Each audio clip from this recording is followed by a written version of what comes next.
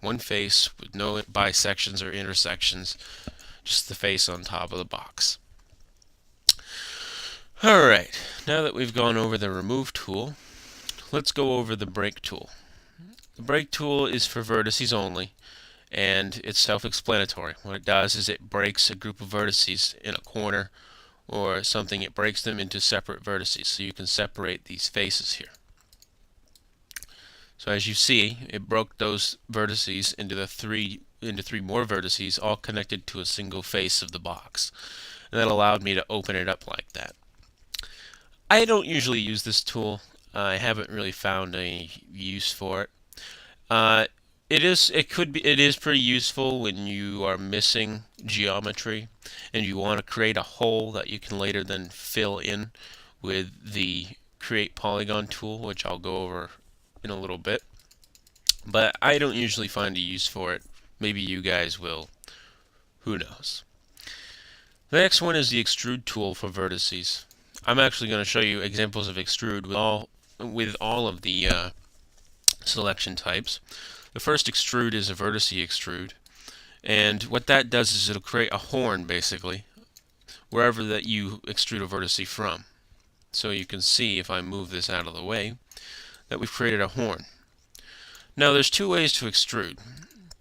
You can either just click and highlight the extrude and click and drag with your mouse, or you can be specific and you can click the little black box next to the extrude thing. And you'll see a lot of these tools with these black boxes. These black boxes are the key-ins, and you can use them to type very specific extrudes, in certain meter lengths, in smaller lengths, and you can click and drag to, adjust the height. Vertex extrusion has, extrusion base width, so you can decrease or increase the width of the extrusion from the base. The next type of extrusion is with an edge. With an edge, when you extrude, it's going to send the edge straight out in a triangular prism. And the same thing applies to the vertices. You can use the click and drag, or you can use the box and you can adjust things. I have a lot of use for the edge extrusion because it's very helpful when you're making tanks and other things. If you wanted a track guard to come off the side of the tank, well, it's pretty simple to extrude an edge and do it, even if it doesn't look quite like you want it to at the beginning. And the final type of extrude is the face extrude. Now there's two. Now with the others, you can extrude in negative values, but oftentimes they don't result in very good looking things. For instance, if I extrude down, you'll notice that that extrusion goes in like that. But because these faces are so close, it creates an awkward situation for rendering, especially in game. So I don't usually use negative vertex or negative negative edge extrusion. Negative vertex is probably the only one I would use, even though I don't, for making small holes and things. But with an edged face, there are different ways. I mean, with a face, there are different ways that we can. Sorry, I'm losing my train of thought. There are different ways that we can use extrusion to create interesting effects. So of course, as always, there's the extrude. And you'll notice when I extrude, it doesn't just take the face and drag it upward. It creates basically a second box on top of the box we already have and extrudes it out from that face. So now I have two boxes that are about the same size with the same number of faces except on the base. And it creates more geometry. Now this is called box modeling. You're going to be using this an awful lot. For creating basic shapes before you go and refine them. So let's say I did that. And let's say I was trying to create some sort of air vent. Now this is where extrusion can come in handy in the opposite direction with faces. But before we can extrude in the opposite direction, we have to use another tool called inset. Now what inset does under the polygon rollout is it takes the face and creates a face that's smaller than it, going inward. So let's say I wanted my vent to be this large, and then I went and used the extrude tool again, but this time instead of going up and creating maybe a tower shape or a gun, I went down and I created a hole instead. Now, when you're creating things for Battlefield, you have to take into account, what they're going to look like in game. A lot of people would say, "Oh, I'm making a vent. Let's extrude this all the way through." Well, you can. I mean, you can use booleans and things like that to create an actual hole.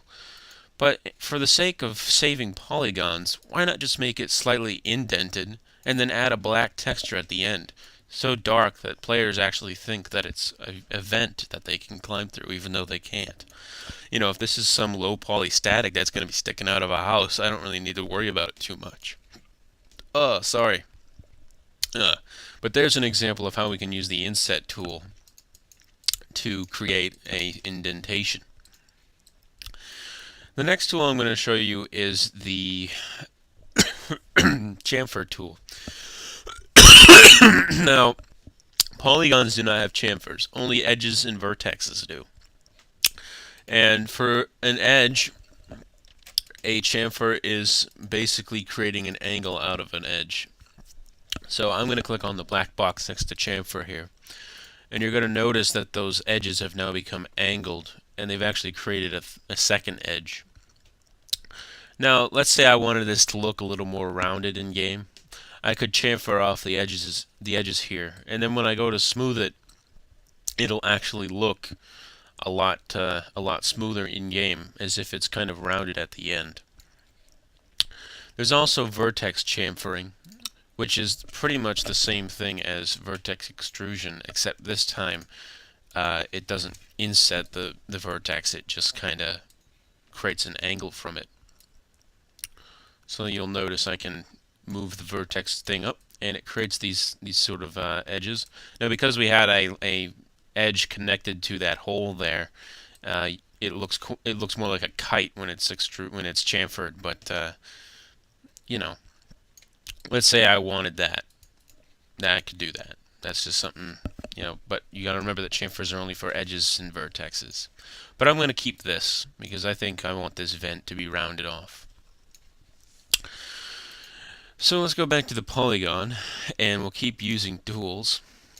Now I'm just going to start doing some crazy stuff to this supposed vent just to show you some more tools. The bevel is like extrusion, except in this case, when it gets to the other end of the extrusion, you can choose to make the face smaller or larger, as if you would use the scale tool. So let's say I wanted an extrusion that's out this far, but I wanted to outline that face to make it smaller. I could do that by dragging this box, and I could make the group larger or smaller.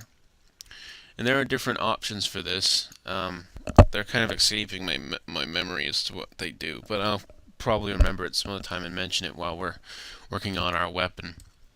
So that's a bevel. Bevels can be useful for creating characters because you can use them to work on arms and legs and things like that in basic mesh before you go and smooth them out and make more detail. The outline tool, which is pretty self-explanatory, it just makes a face smaller or larger. You can use the outline tool if you want to clone a face and then actually make it smaller. So if I highlight outline here and I hold shift, I can then clone that face, make it smaller, and then extrude it outward. The only problem with doing that is that now I have to watch out for backfacing. And in order to look for backfacing, it's usually best to be in transparent mode. So I can hit the Alt key, left Alt key, and I can hit X, and I can actually see a view of my mesh from inside being transparent. Now when I clone that face, it didn't create a back face, but when you're doing things like that, you might want to look out for it. It's just another way to make to clone another face and extrude or extrude something for it. If I wanted to do that same thing, let's say I wanted to create another hole like here, outline was not the way to do that, because you'll notice that if I go down and then I extrude inward like I did for the top, it won't show. So inset is still the way to do holes, in my opinion, or boolean, which I'll talk about a little later.